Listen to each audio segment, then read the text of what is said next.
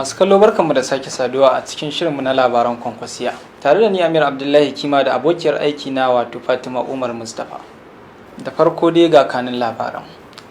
Shugaban ɗariƙar Kwankwasiya na duniya, Sanata Injiniya Dr. Rabi'u Musa Kwankwaso, ya gina katafaren asibiti a jihar Kano domin marasa ƙarfi. Shugaban Kwankwasiya na jihar Bauchi ya jajanta wa gwamnan jihar Bauchi bisa cutar coronavirus da ta kama shi. Shugaban ɗariƙar Kwankwasiya na jihar Kaduna, Alhaji Kabiru Bebeji, ya ba da tallafi ga masu bukata ta musamman a wannan yanayi da ake ciki. Shugaban Kwankwasiya Reporters na ƙasa kuma janar manaja na kamfanin Kwankwasiya Reporters TV ya yi kira ga al'umma da su ɗauki shawarwarin da masana suka bayar domin rage yaduwar cutar coronavirus. Jagoran ɗariƙar Kwankwasiya na jihar Kaduna, wato Alhaji Kabiru Bebeji, ya ba da tallafin ababen masarufi ga masu bukata ta musamman saboda wannan yanayi da ake ciki. Yanzu ga cikakkun labaran.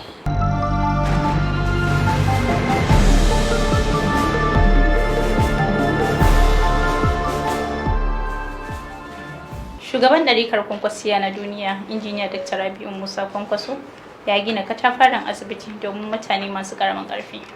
Asibiti da aka sa wa suna Amana Hospital an gina shi ne a kan titi Mila da ke unguwar Bombay a jihar Kano. A cewar Sanata Injiniya Dr. Rabi'u Musa Kwankwaso, wannan asibiti an gina shi ne a ƙarƙashin gidauniyar Kwankwasiya domin ba da gudunmawa da kuma ci gaban kiwon lafiya a jihar Kano da ƙasa baki ɗaya. Kuma ya ƙara da cewa nan ba da daɗewa ba za a yi bikin buɗe wannan asibitin a birnin Kano. Shugabancin Kwankwasiya na jihar Bauchi sun jajanta wa gwamnan jihar Bauchi bisa kamuwa da ya yi da cutar coronavirus. A cewar shugabancin Kwankwasiya na jihar Bauchi, sun jajanta mai girma gwamnan jihar Bauchi bisa ibtila'in kamuwa da cutar coronavirus.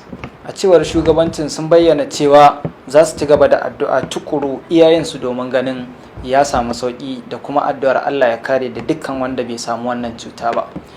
Sun bayyana cewa mai girma gwamnan jihar Bauchi yana buƙatar addu'ar al'ummar jihar Bauchi da ma Najeriya gabaki daya, kasancewarsa jarumi jajirtacce wanda yake ƙoƙarin sauke nauyin hakkin da al'umma suka ɗora masa. To mu ma sai mu ce Ubangiji Allah ya bashi lafiya, wanda ba su da ita kuma Ubangiji Allah ya kare su. Jagoran ɗariƙar Kwankwasiya na jihar Kaduna, Alhaji Kabiru Bebeji, ya ba da tallafi na musamman na kayan masarufi domin raba masu bukata ta musamman duba da wannan yanayi da ake ciki. Kowa dai ya san jihar Kaduna tana ɗaya daga cikin jihohin da aka rufe zirga-zirga da dukkan abubuwan da ya shafa na yau da gobe. Wannan ta sa a cewar Alhaji Kabiru Bebeji, shugaban ɗariƙar Kwankwasiya na jihar Kaduna, ya raba wannan ababen masarufi ne ga masu bukata ta musamman, kasancewa kowa yana gida a zaune.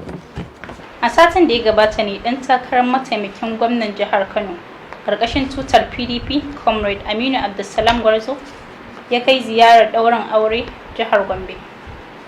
Ya halarci ɗaurin auren ne a masallacin Jeka da Fari tare da rakiyar shugabancin Kwankwasiya Reporters reshen jihar. Shugaban Kwankwasiya Reporters Najeriya kuma janar manaja na kamfanin Kwankwasiya Reporters TV ya yi kira ga al'umma da su ɗauki shawarorin da masana suka bayar akan rage yaduwar cutar coronavirus. Mu kiyaye mu bi ka'idodin da masana suka sanar domin gujewa kamuwa da wannan cuta. A satin da ya gabata, ɗaya daga cikin dogaran Sanata Injiniya Dr. Rabi'u Musa Kwankwaso, wato Bala Manja, ya yi rashin mahaifinsa. Wasu daga cikin al'ummar da suka halarci ta'aziyar musamman hada da ɗan takarar gwamnan jihar Kano ƙarƙashin jam'iyyar PDP Injiniya Abba Kabir Yusuf, Comrade Aminu Abdulsalam Gwarzo, Abdullahi Sani Rogo, da Malam Salihu Sagir Takai da sauran al'umma da yawa. Daga bangaren ababen tarihi, a ranar 23 ne ga watan Maris na shekarar 2019, al'ummar jihar Kano suka wayi gari da wani ibtila'i da aka yi wa lakabi da suna zaben inconclusive. Al'ummar duniya da yawa sun bayyana ra'ayinsu a kai. Wasu daga cikin al'ummar da abin ya afko a kan idansu sun bayyana wannan zaɓe da suna zaben cin mutuncin dimokuraɗiyya. sai an ba su kuɗi gidan pdp na small duka a ce baka isa ka zaɓi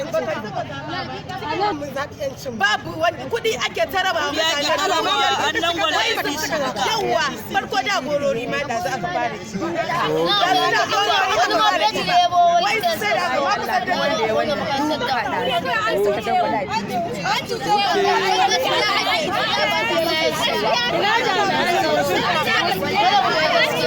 tauye hakkin ɗan adam da kuma baje kolin fashin zaɓe da cin zarafin al'umma.